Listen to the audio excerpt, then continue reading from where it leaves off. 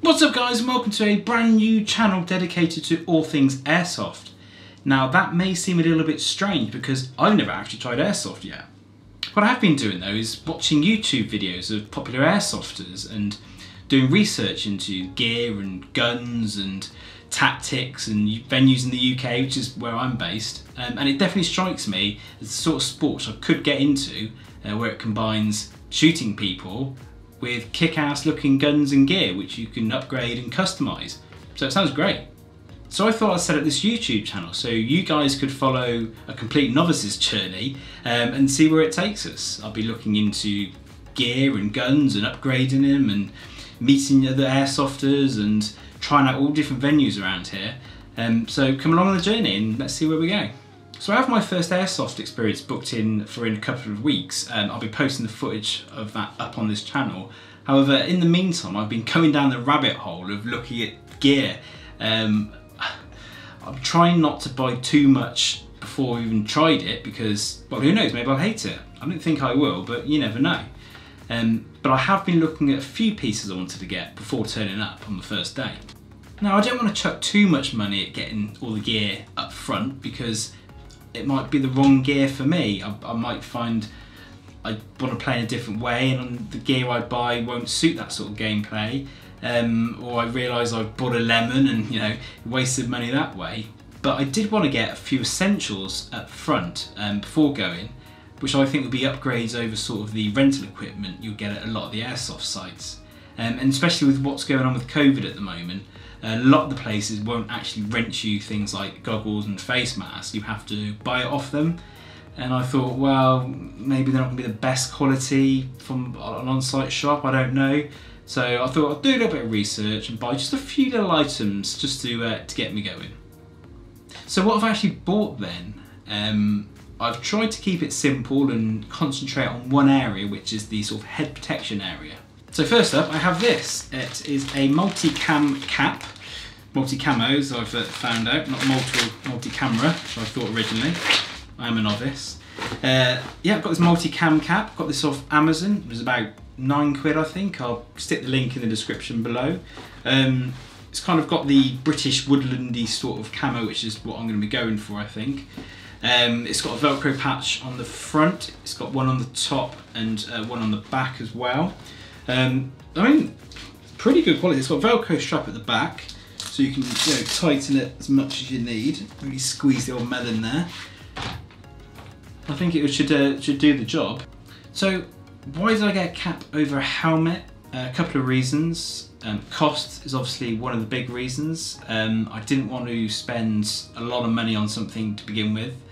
But also I wanted something which is a little bit less cumbersome, a bit more manoeuvrability to it. So I went for a cap because I also wanted, you know, to have a bit of protection still and the camo.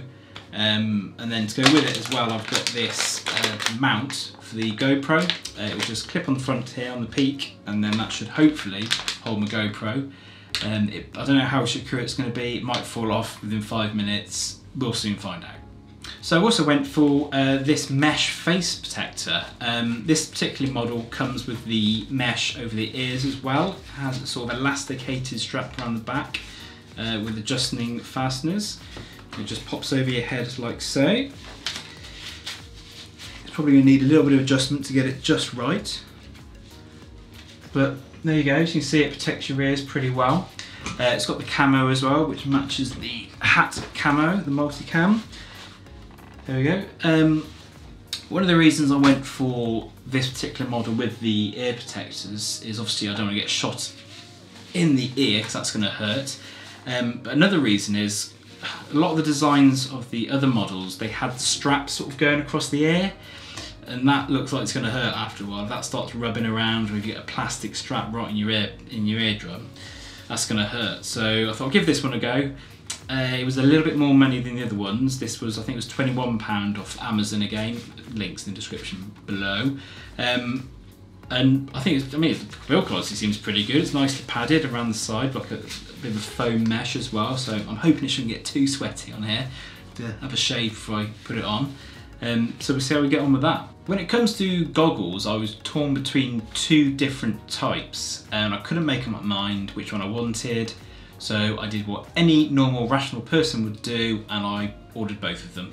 Unfortunately, one of them hasn't arrived yet, but this one has arrived in time. It comes in this nice snazzy little camo bag with a little clip on, that's pretty handy.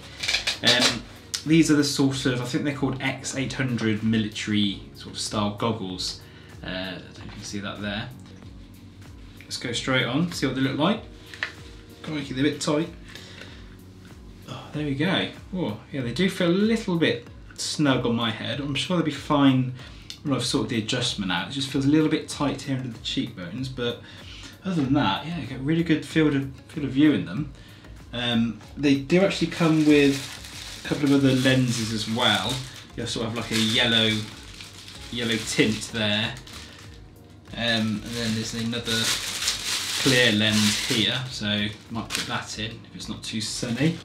Now I know no goggle is immune from fogging, maybe if you get one of those ones with a little fan in, that'll probably solve that. But the reviews for this one, which is one of the reasons why I got it, seems to be pretty good on the fogging front. Again, we'll find out when I first use them. But yeah, they're pretty good. For what I paid for these, I think 16 quid off Amazon again. That's where all my gear pretty much came from. Link in the description below. But yeah, I'm quite impressed with these. I have to try swapping the lenses out and see how that goes. But yeah, build quality wise, I'm pretty impressed with that price. I'll see how they hold up on the day. So rounding off the sort of head protection headgear, I got this Multicam balaclava. It's a bit difficult to sort of show you really.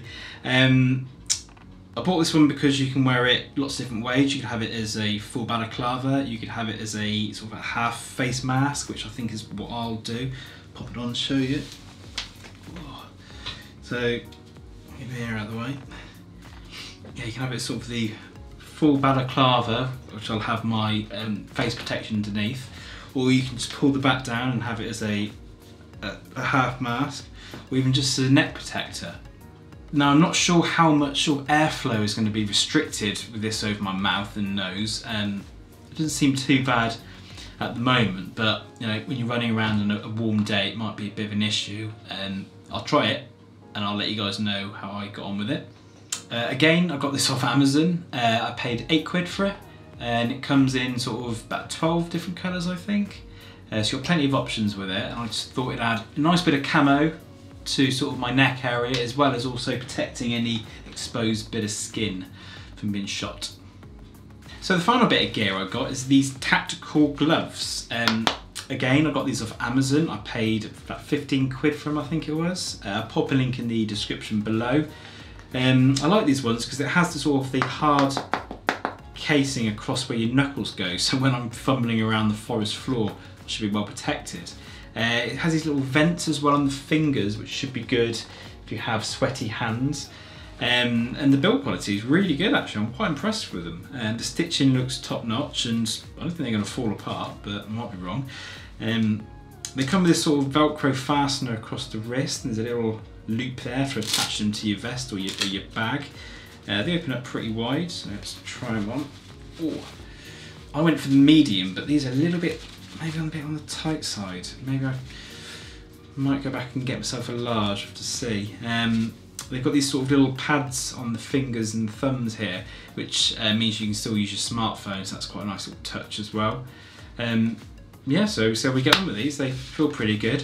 I wanted something where your fingers weren't too restricted though, so you have that sort of nimbleness, so it's easy to change out mags or adjust your hopper.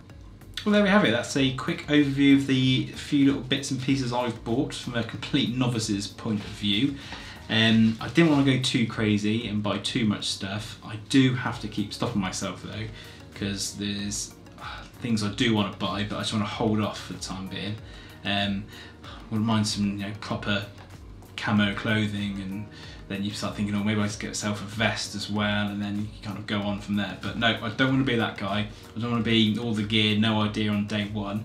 So I'm happy with what I've got. I think the plan is go and do it, chat to some of the guys there, some of the people who've been quite regular, look at their gear, look at their sort of what they've been using, what their setup is, and then go from there really. I hope you found this video helpful. If you're a total noob like me and you did find it helpful, I'd love it if you can give it a thumbs up below, share it with all your friends, and post up your comments as well. I'd love to hear your gear recommendations and where I should be going next and what sort of things I should be looking at buying. I'll be posting up the footage of my first airsoft experience in a couple of weeks, so hit that subscribe button and the little bell icon too, so you're notified when that video drops, and I'll see you in the next one.